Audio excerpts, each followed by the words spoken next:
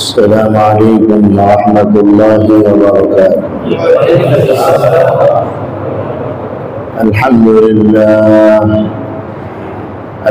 لله نحمده ونستعينه ونستغفره ونؤمن به ونتوكل عليه ونعوذ بالله من شرور أنفسنا ومن سيئات أعمالنا.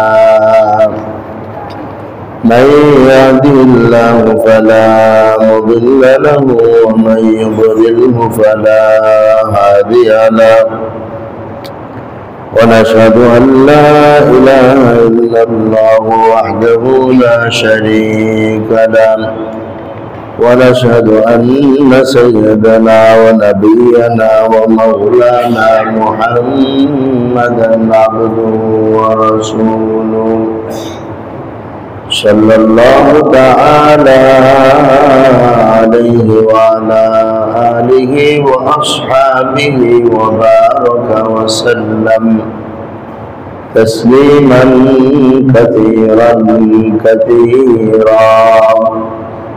أما بعد فأعوذ بالله من الشيطان الرجيم. بسم الله الرحمن الرحيم. ورضوان من الله أكبر. صدق الله مولانا العظيم وصدق رسوله النبي الأمي الكريم، ونحن على ذلك لمن الشاهدين والشاكرين، والحمد لله رب العالمين. سبحانك لا علم لنا إلا ما علمتنا إنك أنت العليم الحكيم. اللهم صل على محمد وعلى آل محمد كما صليت على إبراهيم وعلى آل إبراهيم إنك حميد مجيد. اللهم بارك على محمد وعلى آل محمد كما باركت على إبراهيم وعلى آل إبراهيم إنك حميد مجيد.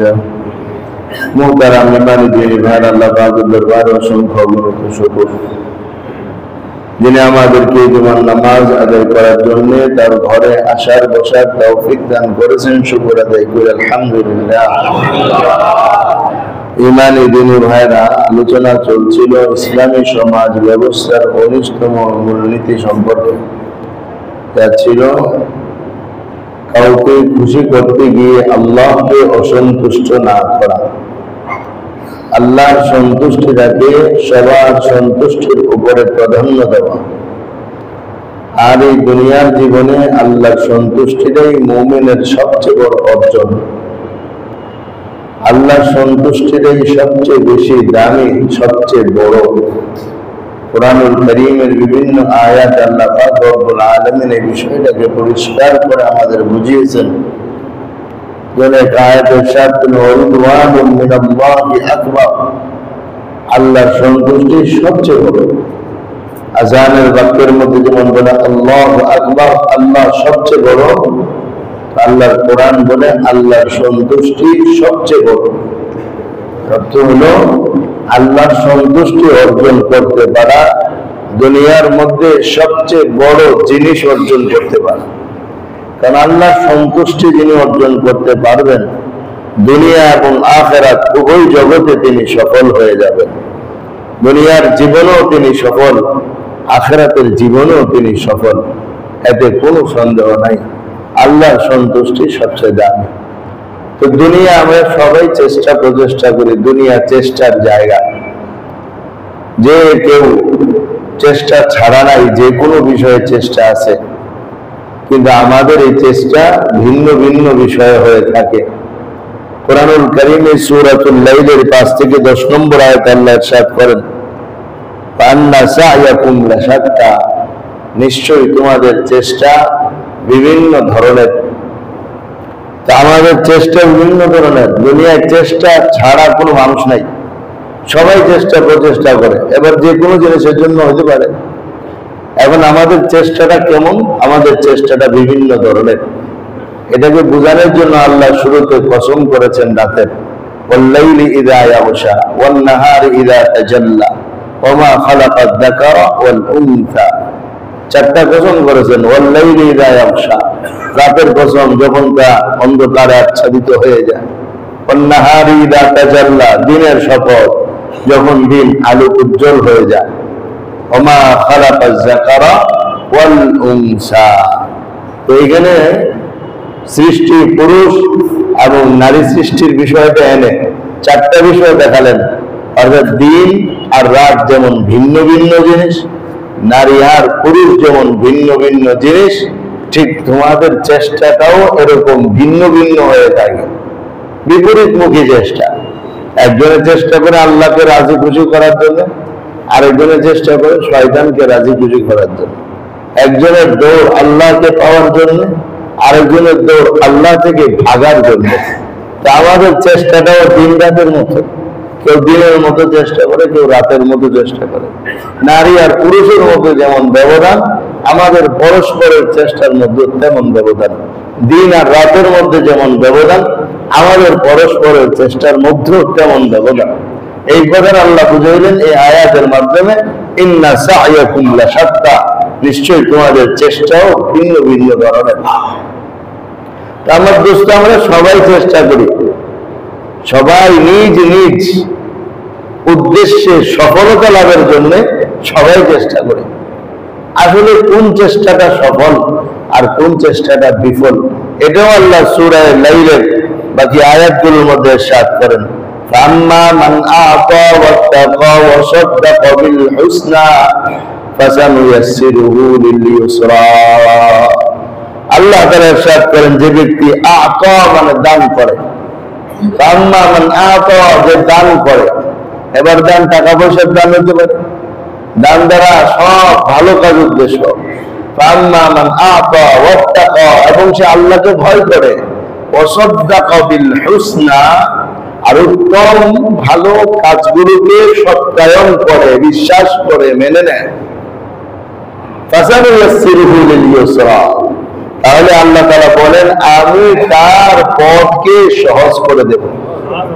দুনিয়ার জীবনে চেষ্টা তো সবাই করে নিজ উদ্দেশ্যে সফলতা লাভ করার জন্য।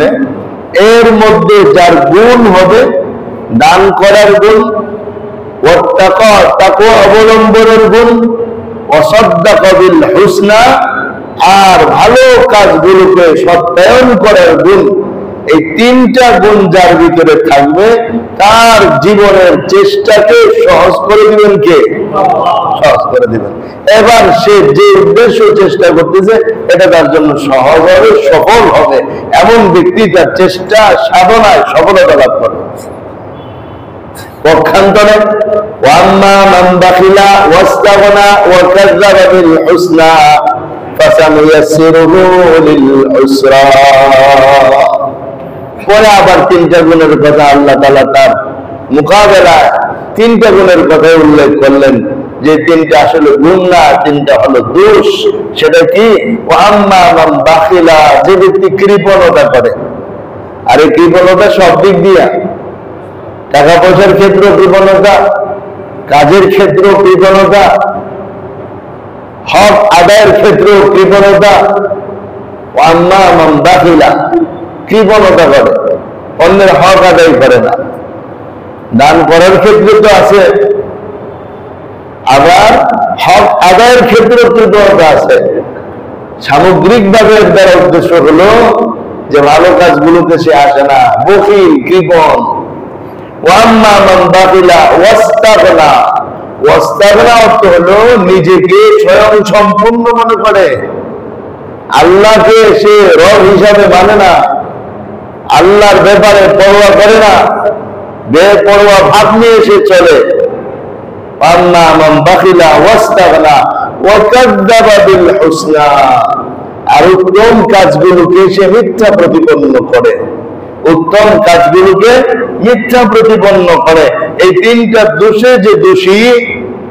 আর উত্তম কাজ বলতে, উত্তম কথা বলতে মুফাসসিরিন কেরাম বলছেন লা ইলাহা ইল্লাল্লাহ, এটা হলো উত্তম কথা। কারণ কোরআনের মধ্যে এটাকে কালিমুত তাইয়্যিব, লা ইলাহা ইল্লাল্লাহ উত্তম কথা বলা হয়েছে।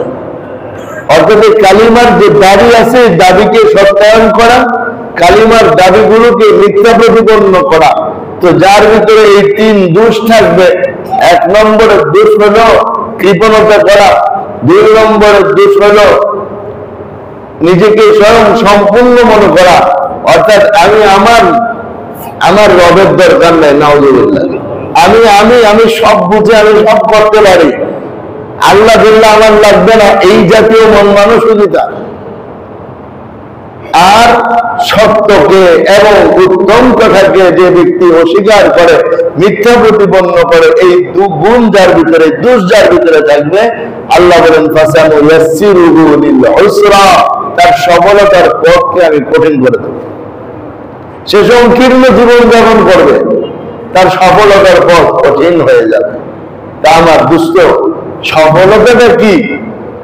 সফলতা ফামান যুহজিহা আনিন নার ওয়া উদখিলাল জান্নাতা ফাকাদ ফাজ, যাকে জাহান্নাম থেকে বাঁচায় দেওয়া হয়েছে আর যাকে জান্নাতে প্রবেশ করিয়ে দেওয়া হয়েছে, ফাকাদ ফাজ, আল্লাহ বলেন সেই সবচেয়ে বড় সফল। তো সফলতা হলো আল্লাহর সন্তুষ্টি অর্জন। সফলতা কি ভাই? আল্লাহর সন্তুষ্টি অর্জন করা, এটাই জীবনের সবচেয়ে বড় সফলতা। আমি আপনি যদি আল্লাহর সন্তুষ্টি অর্জন করতে চাই, তিন গুণে গুণান্বিত হবে, তিনটা দোষ থেকে বেঁচে থাকতে হবে। এক নম্বরের গুণ যেটা আম্মা মান আতা, দানের গুণ, বদান্যতার গুণ, দয়া মায়া ভালোবাসার গুণ আমার ভিতরে আসতে হবে। ওয়াত্তাকা, এবং আল্লাহকে ভয় করতে হবে। ওয়াসাদ্দাকা বিল হুসনা, দ্বীনের কথা, উত্তম কথা, ইসলামের কথাগুলোকে সত্যায়ন করতে হবে। এই তিনটা গুণ যদি আমার আপনার ভিতরে এসে যায়, ইনশাআল্লাহ আমার আপনার জীবনের সফলতা লাভ করা সহজ হবে, আল্লাহ তাআলাই সহজ করে দেবে। আর উল্টা যদি তিনটা হয়, তাহলে আর সফলতা লাভ করা সহজ হবে না। এবং এই সফলতার অর্থ আমরা এটা না বুঝি দুনিয়ার জীবনের সুখ সম্ভারের মালিক হওয়া, এটাই মনে সফলতা না দোস্ত, এটা সফলতা না। ফেরাউনের কোনোদিন অসুখ হয় নাই, সুখ সামগ্রীর অভাব ছিল না, অর্থনীতিতে সে অনেক স্বাচ্ছন্দ্যময় মানুষ ছিলেন, প্রাচুর্যতার অধিকারী ছিল, কিন্তু তার প্রাচুর্যতা তাকে বাঁচাইতে পারেনি। কারণের সম্পদের অভাব ছিল না। আল্লাহ কোরআনে বলছেন কারণের সম্পদের যে চাবিগুলো ছিল, চাবি, তার ধনভাণ্ডারের যে চাবি ছিল, ওই চাবিগুলো একটা মজবুত জামাতের লোকরা, দলের লোকদের জন্য এটা উঠানোর কষ্ট হয়ে যেত, এত বিশাল চাবির ভাণ্ডারটাই তার ছিল, কিন্তু তার সম্পদ তার কোনো উপকারে আসে নাই। এই জন্য দুনিয়ার জীবনের প্রাচুর্যতা, দুনিয়ার জীবনের ক্ষমতা, দুনিয়ার জীবনের পাওয়ার প্রতিপত্তি, এটাকে সফলতা বলে না। মূল সফলতা হলো যে জাহান্নাম থেকে বেঁচে গেল, জান্নাতে প্রবেশ করলো, সেই সত্যিকারের সফলতা লাভ করলো। এই জন্য আমার দোস্ত, এই সফলতা লাভের এই তিনটা গুণ আমাদের অর্জন করতে হবে, আর এই তিনটা দোষ থেকে আমাদের বেঁচে থাকতে হবে। আল্লাহ আমাদের সবাইকে তৌফিক দান করে। এখন সফলতা লাভের জন্য আরো কিছু কথা যা আল্লাহ পাক রব্বুল আলামিন কোরআনুল কারীম আমাদেরকে জানিয়েছেন, এবং এই কাজগুলোর দ্বারা আল্লাহ খুশি হন। আল্লাহ তাআলাকে খুশি করা আমার আপনার সবচেয়ে বড় দায়িত্ব। যে আল্লাহকে খুশি করে নিতে পারলো, সে উভয় জাহানের মালিক হয়ে গেছে। আল্লাহকে খুশি করে নিতে পারলে উভয় জাহানের মালিক হয়ে গেছে। আমাদের উস্তাদরা আমাদের একটা ঘটনা বলতেন, গল্প বলতেন। বাদশাহ হারুনুর রশিদের একজন কালো কুৎসিত বাদী ছিল। ওই বাদীটার বুদ্ধি মেধা অনেক বেশি ছিল, যার কারণে সে কাজে কর্মে বাদশাকে সব দিক দিয়ে খুশি রাখতে পারত। বাদশার মনের আকর্ষণ এবং টান তার প্রতি অতিমাত্রায় বেশি ছিল। অন্য অন্য বাদীরা যেমন ক্ষিপ্ত ছিল বিষয়টা নিয়ে, সেই সাথে রাষ্ট্রের মন্ত্রী এমপিদেরও এটা একটা প্রশ্ন ছিল, এত সুন্দর সুন্দর বাদী থাকার পরেও এই কালো কুৎসিত বাদীর প্রতি বাচ্চার এত টান কিসের? দেখতেও তো খারাপ দেখা যায়। মজলিসের মধ্যে ও যদি চা পানি নিয়ে আসে, অন্যগুলো আনতে পারে না যারা সুন্দর আছে। এটাকে এক সময় বাচ্চার কানে পৌঁছে গেল যে এই বাড়িটার ব্যাপারে সবার এরকম ধারণা। এখন বাচ্চা একদিন মজমার মধ্যে পরীক্ষা করার জন্য, তার বুদ্ধি মেধা বুঝাবার জন্য, কেন তার প্রতি বাচ্চার টান একটু বেশি সেটা বুঝাবার জন্য পরীক্ষার ব্যবস্থা করলেন। সবার হাতে অন্য অন্য বাদী এবং কালোবাদী সহ সবার হাতে বাচ্চা কোন মূল্যবান বর্তন, মূল্যবান পাত্র, যেটা অনেক দামি, এমন কিছু জিনিস, এমন একটা একটা করে জিনিস সবার হাতে দিয়েছে। দেওয়ার পরে বললো, যেটা তোমাদেরকে দিয়েছি সেটার মালিক তোমাদেরকে বানিয়ে দিলাম, অর্থাৎ তোমরা নিজের এটার মালিক। এখন আমার আদেশ, এটা ভেঙে ফেলো। এটা হাতে নিয়ে এটা ভেঙে ফেলবে, একজনও এটাকে ভাঙলো না, সবাই নিয়ে দাঁড়ায় দিচ্ছে। এত দামি জিনিস ভেঙে ফেলে কি করে? এত রাষ্ট্রের অনেক ক্ষতি হয়ে যাবে। কিন্তু এই যে কালোবাদী ছিল, বলা মাত্র এটাকে গাছ হাত দিয়ে ভেঙে ফেলছে। এবং লোকজন জিজ্ঞেস করলো, আমি তো নির্বোধ, তো বুকা, বাচ্চা বলছে যদি হয়ে যাবে। সবাইকে জিজ্ঞেস করলো, তোমরা বাংলা না কেন? অনেক দামি জিনিস। বাচ্চা মনে হয় এমনি আমাদেরকে বলছেন এটা ভেঙে ফেলো, এই জন্য আমরা কেউ ভাঙলাম না। তাকে জিজ্ঞেস করলো, তুমি কেন ভাঙলা? সে বললো, এই পাত্রের চেয়ে বাদশার আদেশের দাম হাজার হাজার গুণ বেশি। বাচ্চা আদেশ করলে এরকম বহু পাত্র চলে আসবে, বাচ্চার আদেশ কখনোই ভাঙতে পারবো না। বাচ্চার আদেশ শিরোধার্য, যত দামি জিনিস হোক বাচ্চার আদেশটার দাম এটার থেকে অনেক বেশি, এই জন্য আমি এটা ভেঙে ফেলছি। এই হলো তার বুদ্ধি, আর এই হলো তার মূল্যায়ন। এই কারণে তাকে মহব্বত করে। আরো একবার এই জায়গার মধ্যে আরেকটা পরীক্ষা হলো, বাচ্চা সবার সামনে অনেক মূল্যবান জিনিস ছড়া দিয়ে বলছেন, যে যেটা ধরবা সে এটার মালিক হয়ে যাবা। সবাই মূল্যবান জিনিস ধরে ধরে মালিকানা লাভ করলো, আর এই কালোবাদী পিছন দিয়ে এসে বাচ্চার পিছনে দাঁড়িয়ে বাচ্চার গায়ে হাত রেখে দাঁড়িয়ে রইল। লোকজনে বললেন, কেমন পাগল, এত দামি জিনিস নিতে গেল না, আজকে বাচ্চার পিছনে দাঁড়ায় আছে। এখন সবাই জিজ্ঞেস করলো, তোমরা তো নিলা। ওকে বললো, তুমি নিতে গেল না কেন? ও কে বলছে আমি নিতে যাই নাই? আমি তো শোন বাচ্চাকে ধরছি। বাচ্চা বলছে যে যাকে ধরবা সে তার মালিক, আমি তো শোন বাচ্চাকে ধরছি, তাহলে আমি তো বাচ্চার মালিক হয়ে গেছি। এটা হলো বুদ্ধিমানের কথা। আমার দোস্ত, আমার ভাই, আল্লাহ সন্তুষ্টি অর্জন মানে আল্লাহকে ধরে নেওয়া, আল্লাহকে রাজি খুশি করে নেওয়া। আল্লাহকে যে রাজি করতে পারলো সে যেন গোটা জগতের মালিক হয়ে গেল।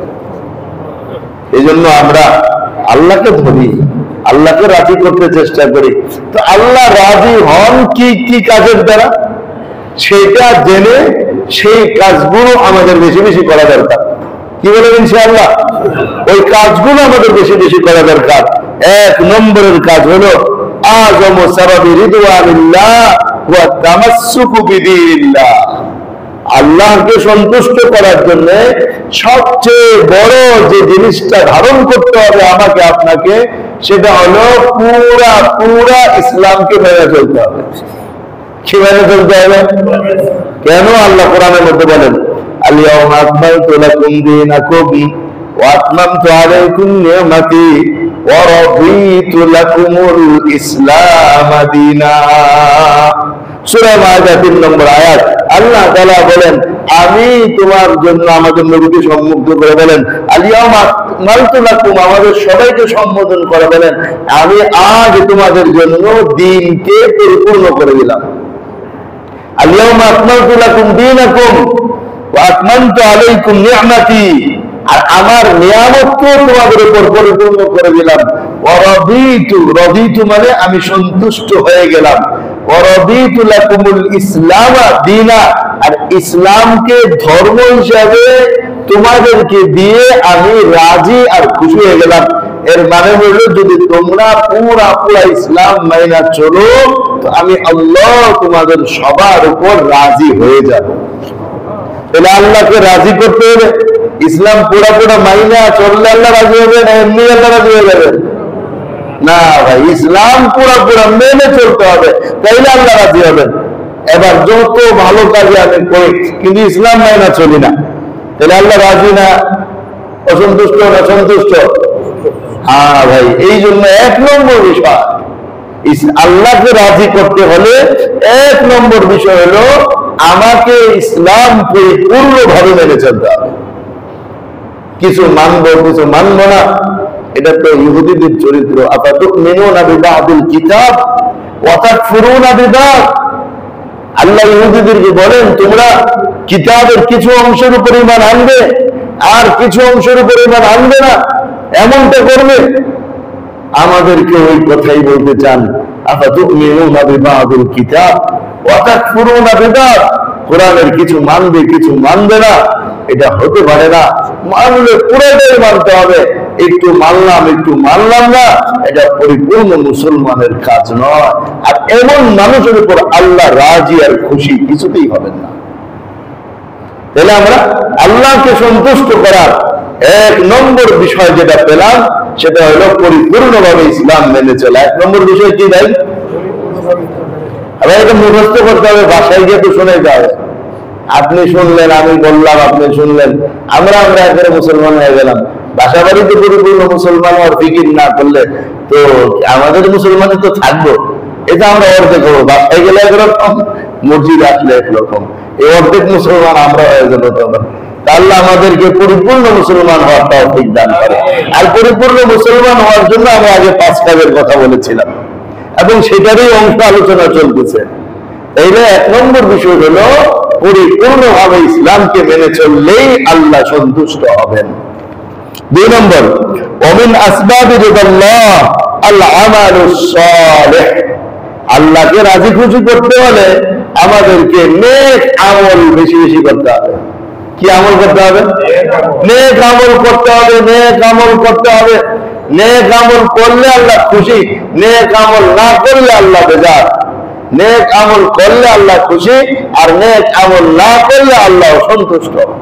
কোরআনুল কারীমে আল্লাহ পাক রব্বুল আলামিন বিভিন্ন নবীর দ্বারা এই দোয়া আমাদেরকে শিখিয়েছেন। নবীরাই দোয়া করছেন, আল আমালা সালিহান তারদা। আল্লাহ এমন কাজ করার তৌফিক দান করেন যে কাজ করলে আপনি রাজি হয়ে যান, যে কাজ করলে আপনি খুশি হয়ে যান। আপনি আমাদেরকে ওরকম কাজ করার তৌফিক দান করেন। এই দোয়া করছেন কে ভাই? নবীরাই দোয়া করছেন, যাদের আপাদ মস্তক আল্লাহর আনুগত্যের দ্বারা ভরপুর।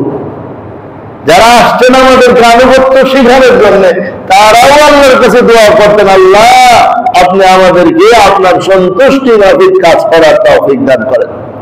এই যে নেক আমল, এটাকে আরবিতে বলে আমালান সালিহা, আমলে সালেহ। এই আমলে সালেহের জন্য যখন কারো মৃত্যু আসে আর আমলে সালেহের অভাব থাকে, বিশেষ করে কাফেরের দল, তখন তারা এই আমলে সালেহের জন্য বারবার আফসোস করতে থাকে। কোরআন আমাদেরকে বলে, তখন তারা কি বলেন? হাত্তা ইযা জাআদাহুমুল মাউত ক্বালা রাব্বিরজিউন লাআল্লি আমালু সালিহান ফীমা তারাকতু। হাত্তা ইযা জাআদাহুমুল মাউত, যখন তাদের কারো কাছে মৃত্যু এসে হাজির হয়ে যায়, যখন মৃত্যু এসে হাজির হয়ে যায়, পরকালের দৃশ্যগুলো সামনে এসে যায়। জান্নাতি হলে জান্নাত, জাহান্নামী হলে জাহান্নাম, উভয়টা সামনে এসে যাবে এবং ফেরেশতাদেরকে পর্যন্ত দেখতে আরম্ভ করবে। মুমিন হলে নূরের ফেরেশতাদের নূরানি চেহারা সামনে হাজির হয়ে যাবে এবং জান্নাতি কাপড়গুলো, জান্নাতি পোশাকগুলো, ওয়েলকাম জানানোর জন্য জান্নাতি ব্যবস্থাপনা সামনে এসে যাবে। আর কাফের হলে সব জাহান্নামের অবস্থাগুলো কুৎসিত কালো চেহারা বিশিষ্ট ভয়ঙ্কর ফেরেশতাদের চেহারাগুলো যখন তার সামনে এসে যাবে তখন সে বলবে রব্বির জিউন, আমার রব আমাকে দুনিয়াতে আবার ফিরে যাওয়ার সুযোগ দেন, আমাকে দুনিয়াতে আবার ফিরে যাওয়ার সুযোগ দেন। এখনো কিন্তু সে দুনিয়াতেই আছে, কিন্তু চোখ বন্ধ হয়ে গেছে, পরকালের দরজা তার সামনে আত্মপ্রকাশ ঘটেছে, পরকালের দরজা উন্মুক্ত হয়ে গেছে। এখন সে আফসোস করতেছে, ক্বালা রব্বির জিউন, আল্লাহ আমাকে আবার ফিরিয়ে দেন, আমাকে আবার ফিরিয়ে দেন, আরেকটু সুযোগ দেন। সেই বলতেছে কিভাবে সুযোগ দিলে তোমাকে? قال رب ارجعون لعلي أعمل صالحا মানে নেক আমল। আপনি আমাকে একবার সুযোগ দেন, আমি নেক আমল করব। আমালু সালিহান, আমি নেক আমল করব। আমালু সালিহান, আমি নেক আমল করব। কথাটা বলতে থাকে। আমার দোস্ত, আমাদের কিন্তু সুযোগ আল্লাহ দিয়ে রাখছেন না? নেক আমল করার জন্য মসজিদে আল্লাহ পাঠিয়ে রাখছেন না? সব আল্লাহ সুন্দর মতো করে রাখছেন। এই যে নেক আমল আমরা করি, যতটুকু করি, আলহামদুলিল্লাহ, আল্লাহ শুকর। এটার জন্য বদকার লোকরা মৃত্যুর সময় তাদের আফসোস শুরু হয়ে যাবে, আর দরখাস্ত শুরু হয়ে যাবে, আল্লাহ একটু সুযোগ দেন যেন নেক আমল করতে পারি। ফিমা তারাক্তু, যে নেক আমলগুলো ছেড়ে দিয়েছি। আমরা তো কত নেক আমল ছেড়ে দিই, নেক আমল করি না। কিছু নফল ইবাদত আছে, এগুলো তো আমরা সহজে করি না। ইশরাকের নামাজ তো আমরা পড়ি না। আওয়াবিন কয়জনের পড়ি আমরা, ঠিক না?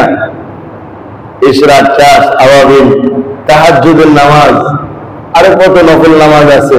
ফরজ নামাজ আমরা ঠিক মতো পড়ি না, আবার নফল নামাজের ওয়াজ। আমার দোস্ত, এই দুনিয়াটা কামানের জায়গা, আর রবকে খুশি করার মাধ্যমটাই হলো নেক আমল। এখানে কাফের হোক আর বদকার হোক, সে ওইখানে গিয়ে আফসোস শুরু করবে, হ্যাঁ আমার আরেকটু সুযোগ যদি দিতেন। আল্লাহ কি বলবেন জানেন? আল্লাহ বলেন কাল্লা, কখনো না। আমরা অনেক সময় জিদ উঠলে বলি না, কখনো হবে না। এটা জিদের শব্দ, রাগের শব্দ।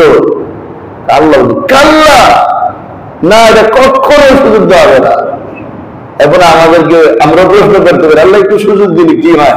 আপনারা রহমান রহিম, দয়ালু, মেহেরবান। আল্লাহ বলেন ইন্নাহা কালিমাতুন ওয়া কাইলুহা, এই মুখের কথা বলছে পরে ফেরত পাঠাইলেও আবার আগের মতো শয়তানি করবে। কারণ কি? ফেরত পাঠাইলে তার মনে থাকবো না আগের কিছু। ফেরত পাঠাইলে আগের কিছু আল্লাহ মনে রাখতে দেন নাই, ওইভাবে ভুলাই দিচ্ছেন। কারণ পরীক্ষার জায়গা, পরীক্ষা তো আগেরটা মনে থাকলে তার পরীক্ষা হবে না। এই জন্য আমার দোস্ত, আমার ভাই, আল্লাহকে রাজি খুশি করার 2 নম্বর কাজ বেশি বেশি নেক আমল করা। বেশি বেশি 1 নম্বরটা কি মনে আছে নি ভাই? পরিপূর্ণভাবে ইসলাম মেনে চলা। আর 2 নম্বর কি? বেশি বেশি নেক আমল করা। জাহান্নামে যাওয়ার পরও এই নেক আমলের জন্য আফসোস করতে থাকবে। আল্লাহ কোরআনের মধ্যে বলেন ওহুম ইয়াস্তারিখুনা ফীহা রব্বানা আখরিজনা না'মাল সালিহান গায়রাল্লাযী কুন্না না'মাল। ওহুম ইয়াস্তারিখুনা ফীহা, জাহান্নামীরা জাহান্নামের মধ্যে গিয়ে চিৎকার করে কান্নাকাটি করবে, চেঁচামেচি করে কান্নাকাটি করবে। নরমাল কোনো কান্না না, চোখ দিয়া পানি ঝরতেছে এমন কোনো কান্না না, চিৎকার করে কান্না, চেঁচামেচি করে কান্না। ওহুম ইয়াস্তারিখুনা ফীহা রব্বানা আখরিজনা, রব্বানা আখরিজনা, আর বলতে থাকবে আল্লাহ আমাদেরকে জাহান্নাম থেকে বের করে দেন, আমাদেরকে জাহান্নাম থেকে বের করে দেন। সেদিন ডাক দিবে রব্বানা, হে আমাদের রব, আমাদের সৃষ্টিকর্তা, আমাদের পালন কর্তা, আমাদের রক্ষা কর্তা। ওই শব্দ উচ্চারণ করে সেদিন ডাকবে রব্বানা।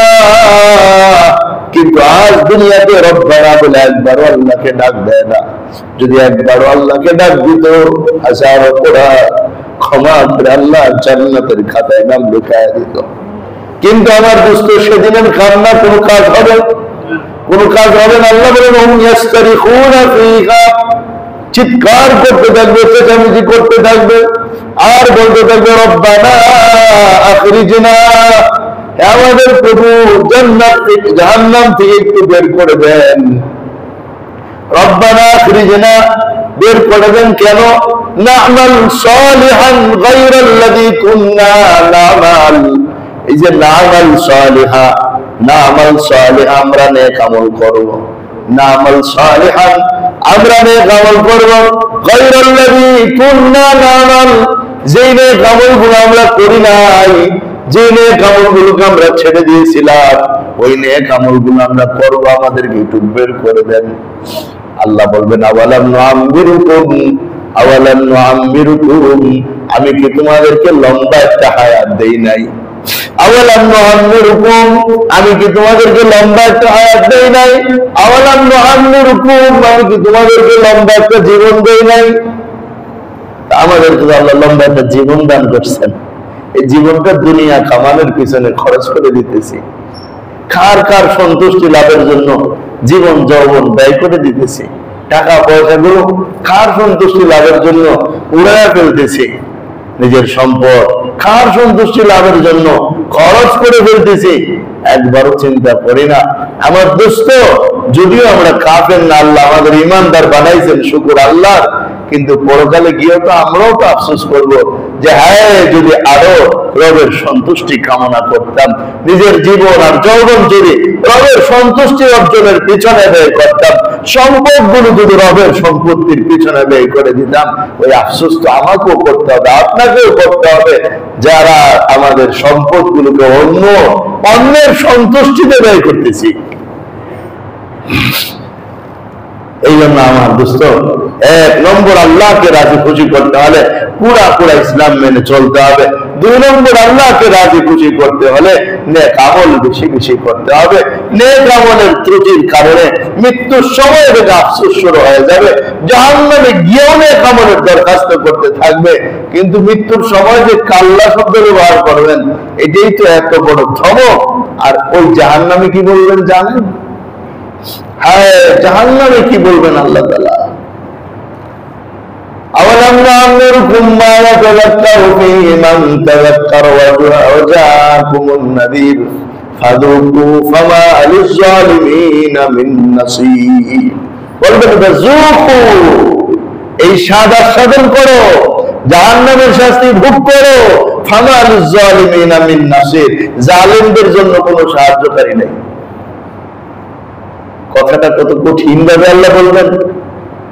আল্লাহ আখ্যায়িত করবেন জালেম বলে, তুই জালেম, তোর জন্য কোনো সাহায্যকারী এখানে পাঠানো হবে না, আযাব আস্বাদন করতে থাকো। আমার দোস্ত, আজকে আল্লাহর কত মায়া, আজকে আল্লাহর কত দয়া, ডাকতেছেন। এক হাদিসের মধ্যে আসছে, রাত্রে বেলা হাত বিছায়া রাখেন, যখন রাত হয়ে যায় বাস দুনো হাত আল্লাহ খুলে দেন। কেন? লিয়াতুবা মুসিউন নাহার, দিনের বেলা যারা গুনাহ করছে এরা যেন রাতের অন্ধকারে আল্লাহর কাছে চুপি চুপি তওবা করে নেয়। আবার যখন রাত শেষ হয়ে যায়, দিন আসে, তো আল্লাহ তাআলা দিনের বেলা হাত বিছিয়ে রাখেন, লিয়াতুবা মুসিউল লাইল, রাতের বেলা যারা গুনাহ করছে এরা যেন দিনের বেলা আল্লাহর কাছে চুপি সারে তওবা করে নিতে পারে। ওই মায়া আর মহব্বত ওয়ালা আল্লাহ সেদিন বলবেন যুকু আযাবান নার, জাহান্নামের আযাব সহ্য করতে থাকো, কিছু করার নেই, আজকে তোমার মতো জালিমের জন্য কোনো সাহায্যকারী নাই। অন্য আয়াতের মধ্যে বলবেন ইখসাউ ফিহা ওয়ালা তুকাল্লিমুন, চুপ করে থাক, এখানে আরেকটা কথাও বলবি না আমার সাথে। 1000 বছর কান্নাকাটি করার পর একটা জবাব আসবে, 1000 বছর কান্নাকাটি করার পরে জবাবটা আসবে, চুপ করে থাক, এখানে একটা কথা আমার সাথে বলবি না। এরপরে জাহান্নামের উপর থেকে একদম টোটাল বন্ধ করে দেওয়া হবে, অনন্তকাল জ্বলবে, কোনো দিন আর চিৎকার এই পাশে আসবেই না। এমন একদিন চলে আসতেছে আমার ভাই, আমার সামনে, আপনার সামনে। এজন্য আল্লাহকে রাজি আর খুশি করে নিতে হবে। নিজের জীবন যৌবন সম্পদ অর্থ সময় সবটা আল্লাহর সন্তুষ্টির জন্য ব্যয় করতে হবে। প্রত্যেকটা আজ থেকে প্রতিটা কদম যেন এই চিন্তা আমার মাথায় আসে, আমি এই কাজটা কাকে খুশি করার জন্য করলাম। আল্লাহর খুশির সাথে যাদের খুশি প্রতিবন্ধক হয় তাদের খুশি আমার দরকার নেই। আল্লাহর খুশির সাথে যাদের খুশি সমন্বয় হয় তাদেরকে খুশি করলে আল্লাহ খুশি। মসজিদে গিয়ে ইবাদত করলে আল্লাহ খুশি হয়, আবু জাহেল নারাজ হয়। তো নবীজি কি আবু জাহেলকে খুশি করছেন কোনদিন? দিনের কথা বললে, দিনের পথে চললে কেউ যদি নারাজ হয় তো ওর নারাজি আমাদের দরকার নেই, আমার দরকার আমার আল্লাহর সন্তুষ্টি। পারবো না ইনশাআল্লাহ? জীবন চলার পথে যেন এটা হয় আমাদের সবচেয়ে বড় কাজ, সেটা আল্লাহর সন্তুষ্টি। আল্লাহকে সন্তুষ্ট করার যে কাজ, তার এক নম্বরটা কি ভাই? পরিপূর্ণভাবে ইসলাম মেনে চলা। দুই নম্বরটা কি? নেক আমল করা। আর নেক আমল মন মতো করলেই নেক আমল হবে না।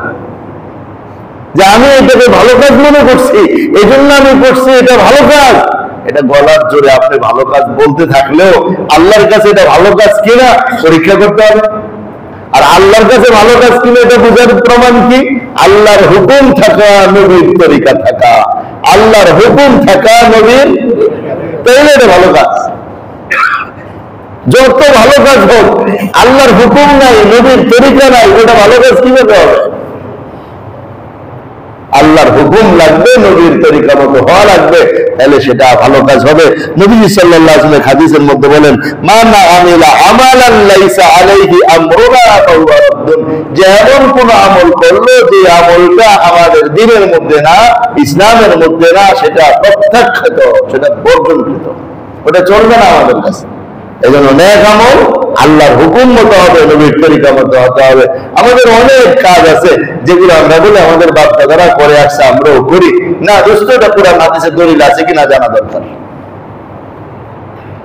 এটা বলা যাবে না তো ওনারা কি মূর্খ ছিল, না জেনে করছে, এটা বলার সুযোগ নাই। না জেনে করতেও পারে, কিছু করার নাই। এখন যদি আমাদের দলিল প্রমাণ ঠিক মতো না পাওয়া যায়, তাহলে আমরা এটা বাদ দিয়ে দিব, আর আমাদের বাপদাদার বিষয়টা আল্লাহর উপর ছেড়ে দিব।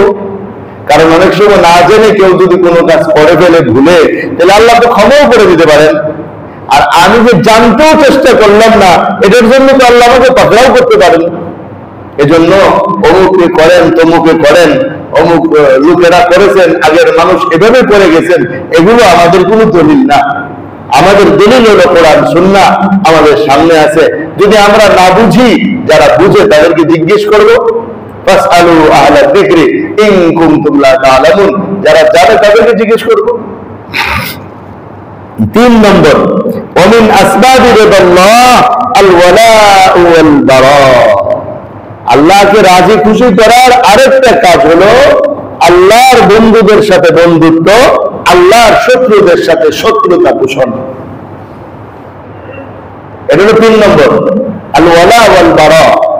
আল্লাহর বন্ধুদের সাথে বন্ধুত্ব, আল্লাহর শত্রুদের সাথে শত্রুতা পোষণ।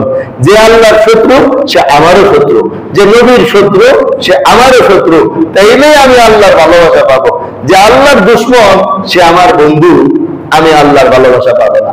দুনিয়াতে মিলায় দেখেন তো, দুনিয়াতে মিলায় দেখেন।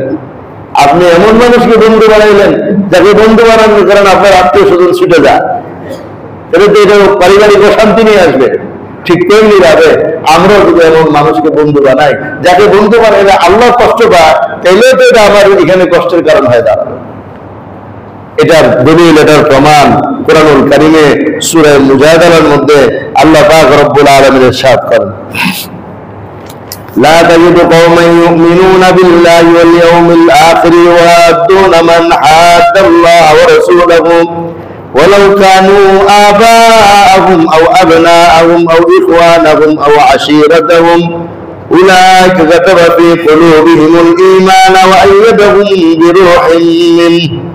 আল্লাহ পাক রব্বুল আলামিন ইরশাদ করেন, লা তাজিদু কওমান ইউমিনুনা বিল্লাহ ওয়াল ইয়াউমিল আখির, ও নবী, যারা আখিরাতের উপর, আল্লাহর উপর ঈমান আনে, এদের গুণটা কি? ইউয়াদুনা মান হাদাল্লাহ ওয়া রাসূলহু, তারা তার সাথে শত্রুতা পোষণ করে? যারা আল্লাহ এবং তার রসুলের সাথে শত্রুতা পোষণ করে। এটা আমাদের এই যুগে আমরা একটু কম খেয়াল করি, কিন্তু সাহাবাদের যুগে এটা একেবারে বেশি মানে সামনে ছিল।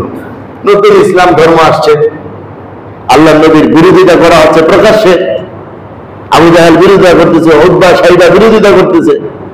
এখন যারা মুসলমান হয়েছে এরা কিন্তু নিজেদের আত্মীয়তার বন্ধনের দিকে তাকায় নাই, নবীর সামনে যদি বেয়াদবি করছে তো এর প্রতিবাদ এখানে করে দিছে। যেমন এই আয়াতটা অবতীর্ণ হয়েছে কি, ওয়ালাউ কানু আবাহুম, আল্লাহ বলতেছেন যদি তারা তাদের পিতা হয়, তারপরেও আল্লাহ আল্লাহ রসুলের ভালোবাসার কারণে তারা তাদের পিতার পক্ষ অবলম্বন করে না, আল্লাহ আল্লাহ রসুলের পক্ষ অবলম্বন করে। পিতা হলেও আল্লাহ আল্লাহ রসুলের পক্ষ, বাবা মার পক্ষে যেতে পারতেছে না। কেন? আল্লাহ বলতেছেন যে আল্লাহর উপর বিশ্বাস রাখে, পরকালের উপর বিশ্বাস রাখে, সে আল্লাহর শত্রুকে শত্রু মনে করে, আল্লাহর বন্ধুকে বন্ধু মনে করে। তার দৃষ্টান্ত কি? হযরত আবু বকর সিদ্দিক রাদিয়াল্লাহু তাআলার আব্বা তখনও মুসলমান হন নাই, তিনি মুসলমান হয়েছেন মক্কা বিজয়ের পর। বুড়া মানুষ, দাড়ি সব সাদা, মুখ সব সাদা, মাথার চুল সব সাদা। মক্কা শরীফ থাকতে কোন একবার কথা প্রসঙ্গে নবীজির নাম উচ্চারণ করে অশালীন শব্দ ধরে নবীর নাম উচ্চারণ করছেন অর্থাৎ আবু বকর সিদ্দিক রাদিয়াল্লাহু তাআলার সামনে নবীজির নাম উচ্চারণ করছেন অশালীন শব্দের মাধ্যমে। আল্লাহ আবু বকর সিদ্দিক রাদিয়াল্লাহু এক থাপ্পড় দিয়া বাবার এমন জোরে থাপ্পড় দিয়েছেন, বাবা মাটিতে পড়ে গেছে। এই সংবাদ যখন নবীজির কাছে পৌঁছে, নবীজি বলছেন আবু বকর এমনটা করবা না, আবু বকর এমনটা করবা না। আর আল্লাহ তাআলা কি নাযিল করলেন? এরা এদের বাপ হইলেও ছাড় দেয় না। আল্লাহ কি ভালো বললেন না মন্দ বললেন? হ্যাঁ, নবীজি তো বলছেন আবু বকর এমনটা করবা না, বাবার মর্যাদা দিবা। কিন্তু আল্লাহ পাক বললেন কি, এরা বাপ হইলেও ছাড় দেয় না। এটা হলো মুমিনের পরিচয়, আল ওয়ালা ওয়াল বারা, আল্লাহর শত্রুদের সাথে শত্রুতা, আল্লাহর বন্ধুদের সাথে বন্ধুত্ব। আব্দুল্লাহ ইবনে উবাই ইবনে সালুল নামে মুনাফিক সর্দার ছিল। এই মুনাফিক সর্দারের ছেলে যে আব্দুল্লাহ ছিল, সে ছিল পাক্কা মুসলমান। এক যুদ্ধ থেকে ফেরার সময় এই মুনাফিক সর্দার তার মুনাফিকদের সামনে একটা ভাষণ দিয়ে বলছিল, আমরা এবার মদিনা শরীফ গেলে সম্মানিতদেরকে সম্মানিত জায়গায় রাখবো, আর বাস্তবে যারা অসম্মানিত এগুলো মদিনা থেকে বের করে দিব। তার উদ্দেশ্য ছিল মুহাম্মদ রাসূলুল্লাহ সাল্লাল্লাহু আলাইহি ওয়াসাল্লাম এবং সাহাবাদেরকে, এরা অরিজিনাল মদিনার মানুষ, এরা মক্কা থেকে আসছে, উইরা আয়েশা জুরা করছে, এদেরকে মদিনা থেকে বের করে দিব। কে বলছে এটা? মুনাফিক সর্দার বলছে। এটা শুনা সাহাবায়ে কেরাম নবীজির কাছে কথাটা পৌঁছাইছেন। যেহেতু অস্পষ্ট কথা, গুণমালে কথা বলছে, সেটা অস্বীকার করে বলছে আমি এগুলো বলি নাই, আমি এগুলো বলি নাই। আল্লাহ আয়াত নাযিল করে জানা দিছে সে এগুলো সব বলছে। তখন তার ছেলে খাঁটি মুসলমান যে ছিল, সে আয়েশা নবীজিকে বলছেন, ইয়া রাসূলুল্লাহ আপনি অনুমতি দেন, আমি নিজে আমার আব্বার গর্দান উড়াইয়া দেবো। আমার আব্বা এত বড় বেয়াদবিপূর্ণ কথা আপনার স্বামী কিভাবে বললো, আমি গর্দান উড়াইয়া দেবো, আপনি শুধু অনুমতি দেন। নবীজি বলছেন না, তুমি এই কাজ করো না, এই কাজ করলে মানুষ বলবে যে মুহাম্মদ তার নিজের দলের লোকদেরকে নিজেই হত্যা করে। কারণ মানুষ তো জানে না সে যে মুনাফিক, মানুষ তো জানে সেও নবীজির সাহাবীদের মতোই একজন, দেখতে তো এরকমই দেখা যায়। আল্লাহ বলেন ওয়ালাউ কানু আবাহুম, বাবা হইলেও ছাড় দেয় না। বদরের যুদ্ধে হযরত আবু বকর সিদ্দিক রাদিয়াল্লাহু তাআলা এই পাশে যুদ্ধ করতেছেন, ওনার বড় ছেলে ওই পাশে যুদ্ধ করতেছেন, তখনও মুসলমান হয় নাই। বাবা পুত্রের লড়াই হয়েছে, যুদ্ধ শুরু হয়েছে পরে ছেলে কয়েকবার যুদ্ধের মাঠে হযরত আবু বকর সিদ্দিক রাদিয়াল্লাহু তাআলা সামনে পাইছেন, পজিশন মতো পাইছেন, তরবারি চালাইলে বাবা মরে যেত। কিন্তু বাবা হওয়ার কারণে ছেলে জান না, আমারই তো বাবা, খাওয়া কামাইলে লাভ কি, সে এরা অন্যদিকে চলে গেছে। পরবর্তীতে যখন ইসলাম গ্রহণ করেছে তখন সে কথার কথা একদিন বলছে, আব্বাজান বদরের যুদ্ধে আপনি আমার সামনে এতবার করেছিলেন, কিন্তু যেহেতু আপনি আমার আব্বা হন এই জন্য আমি আপনার ওই মারি নেই। ছেলে বলছে, আল্লাহ বাঁচাইছে বাবা, আমি একবারও তোমার দেখি নাই, যদি আমি একবার দেখতাম তো আমি তোমার ছাড়তাম না। আল্লাহ বলেন, ওয়ালাউ কানু আবাহুম আও আবনাহুম, যদিও তাদের ছেলে হয় তবু ছাড় দেয় না, যদিও তাদের ছেলে হয় তবু ছাড় দেয় না। এরপর আল্লাহ বলেন, ওয়া আশীরাতাহুম, বংশের লোক হইলেও ছাড় দেয় না, আত্মীয় স্বজন হইলেও ছাড় দেয় না। এরকম ঘটনা তো অভাব নাই সাহাবাদের জীবনে। এরপর আল্লাহ কি বলেন, উলাইকা কাতাবা ফি কুলুবিহিমুল ঈমান, ওই কিয়ামত পর্যন্ত আগত মানুষ, শোনো তোমরা সবাই, এরাই হলো এরকম মানুষ, এদের অন্তরে আমি ঈমান লেখা দিছি। এরা এমন মানুষ যাদের অন্তর আমি ঈমানটা লেখা দিছি, যে অন্তর গুলোর সাথে ঈমান লেগে রয়েছে, এরা এমন মানুষ। কি বুঝাইতে চাইলেন? যদি ঈমানদার হতে হয় এদের মতো হও। ওয়াইয়াদাহুম বিরূহিম মিন, আর এদেরকে আমি আমার পক্ষ থেকে জিবরাইলের দ্বারা সাহায্য করেছি, শক্তি, আমার গায়বী শক্তির দ্বারা এদেরকে আমি শক্তিশালী করেছি। কারণ এরা কি করছে, আমার মহব্বতে বাবাকেও ছেড়ে দিছে, আমার মহব্বতে ছেলেকেও ছেড়ে দিছে, আমার মহব্বতে আত্মীয় স্বজনকেও ছেড়ে দিছে আমাকে রাজি করার জন্য। এই জন্য আমি আমার কুদরতি শক্তি ওদের পক্ষে দিয়ে দিছি। আজকে মুসলমান দুর্বল কেন? এই যে কুদরতি শক্তি আল্লাহর পক্ষ থেকে আমাদের আসে না তো। এরপরে কি বলেন, ওয়াইদখিলুহুম জান্নাতিন তাজরি মিন তাহতিহাল আনহার, এদেরকে আল্লাহ এমন জান্নাতে প্রবেশ করাবেন যে জান্নাতের নিচ দিয়ে নহর প্রবাহিত। এরপরে বলেন, খালিদিনা ফিহা, চিরকাল থাকবে। রাদিয়াল্লাহু আনহুম ওয়া রাদু আন, আল্লাহ তাদের উপর রাজি, তারাও আল্লাহর উপর রাজি। কত চমৎকার গ্যারান্টি! আমার দোস্ত, এরকম গ্যারান্টি আমাকে আপনাকে নিতে হবে। যদিও কোরআনে আসবে না, হাসরের ময়দানে আল্লাহ যেন বলেন যে না, আমিও তোর উপর রাজি ছিলাম, তুইও আমার প্রতি রাজি ছিলি। পারা যাবে না ইনশাআল্লাহ। আজকে আমরা তিনটে বিষয় আলোচনা করলাম। আল্লাহকে সন্তুষ্টি করার যে কটা বিষয় আছে তার মধ্যে তিনটে বিষয় আলোচনা হলো। এক নম্বর বিষয় কি ভাই? পরিপূর্ণভাবে ইসলামের উপর চলা। দুই নম্বর বিষয় বেশি বেশি নেক আমল করা, ইখলাসের সাথে নেক আমল করা।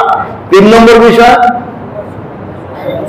আল্লাহর শত্রুকে শত্রু, আল্লাহর বন্ধুকে বন্ধু হিসাবে গ্রহণ করা।